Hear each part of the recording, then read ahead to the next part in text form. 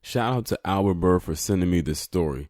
Now, this story is going to be a Straggtales, but it's almost like an update as well because I vaguely remember talking about this story a couple years ago when it first happened, and I could not believe what I was actually reading.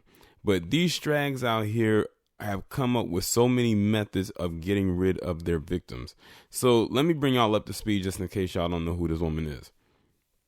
This woman's name is Lana Clayton, and 2 years ago, back in 2018, this woman murdered her husband by poisoning him. Now, she didn't poison him with something in his drink. She didn't poison him with something in his food. This woman poisoned her husband with eye drops. You heard correctly. This woman poisoned her husband to death with eye drops, something that is supposed to be used to clear up your eyes or fix temporary dry eyiness or redness, anything like that. And she poisoned him with eye drops. How she managed to do that, I don't know. Maybe they'll explain it in the article as I read it. But this woman was just sentenced to 25 years in prison for doing that. Honestly, she should have got life. If they couldn't give her the death penalty, she should have got life without parole. She's the type of person that would probably end up on that show Snapped. A Bible studying South Carolina woman on Thursday. Now notice how they started it off. A Bible studying South Carolina woman on Thursday was sentenced to 25 years in prison for fatally poisoning her husband with eye drops. Lana Clayton, age 53, pled guilty to voluntary manslaughter and tampering with food on Thursday in connection with the July 2018 death of her husband, Stephen Clayton. So it does seem to me that she did put the eye drops into his food, and that's how she was able to do it. Because I'm like, eye drops in the eye, like, there's no way he could have did it that way. So by putting it in the food, he consumed it, and that's how I got him. And it was easy to hide because eye drops are clear. They're the color of water. Of course, they don't taste like water. Lana initially told deputies that Stephen suffered from vertigo and tumbled down the stairs, where she found him face down on July 21st in their $800,000 home in Clover, South Carolina. I'm familiar with Clover, South Carolina.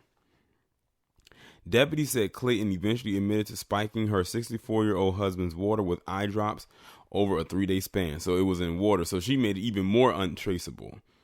She put a clear substance in another clear substance. And she did it from the days of July 19th to July 21st. She definitely wanted her husband to die for her to continue doing it. And it's an $800,000 home, which means they pretty much lived, I guess you can say, a pretty decent lifestyle. I wonder what he did for a living. And did she kill him? Probably for insurance. An autopsy found a high dose of tetrahydrozoline in his body. The chemical found in the over-the-counter drops such as Visine acts as a neurotoxin and attacks the nervous system when swallowed. Prosecutors said Clayton was mad at her allegedly abusive husband and wanted him to suffer.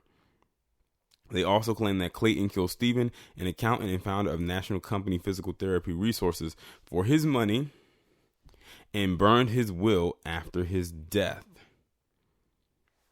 What did I tell you? When they told me that they lived in an $800,000 home, I said, yeah, she probably did this for the money, and this is what they're alleging right here. And they said that she burned the will, which possibly means he probably altered some things in that will that probably, maybe if it did not remove her completely, it probably brought down how much she would be left with after he died. And she probably did see it, and with some discrepancies in there that she didn't like, and she did burn it.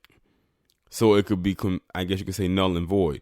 But if you are a smart person and you have a will, you have copies that are not in the house. They're probably maybe at your job, locked in a safe somewhere where someone else can't get access to it. Hopefully he did make copies. Not that it would matter, because where she's going, it won't really benefit her anyway. Her defense lawyer, Harry Dest, says she suffered from post-traumatic stress disorder from being sexually abused before her marriage. The lawyer also says Stephen hit her, kicked her, and choked her throughout their 5-year marriage. I allowed these emotions to make me do something in a matter of seconds that I will forever regret. Lana, who was Stephen's 7th wife. Did y'all hear that? 7th wife. tried to kill herself before her arrest by taking pills and turning on the gas stove. She left a suicide note. 2 years before the poisoning, in May 2016, Clayton had shot her hubby in the back of the head with a crossbow, telling cops at the time that it was an accident. In 2010, she written in a Facebook post that Stephen had been unfaithful. My husband is not a drunk. He had an affair, she wrote. However, he is the father of my children, and my kids look at my Facebook, so I do appreciate the support. Listen, the reason why she stayed was because of the bag he was securing. If this was a broke, bottom shelf Brad type of person, she would have been left him and probably wouldn't have killed him. Or she probably would have killed him a whole lot faster. But see, she had to secure her spot first before she actually did what she did. Neighbors said she was a part of a local Bible study group. She worked as a nurse for the VA hospital in Charlotte until her arrest. She had originally faced the death penalty or life in prison on a murder charge before copping to the lesser charge of manslaughter under a plea agreement. Well, that's good to know. That's good to know that they honored the death penalty.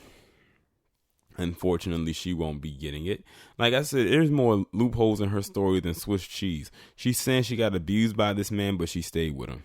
I'm telling you, it was because of the money.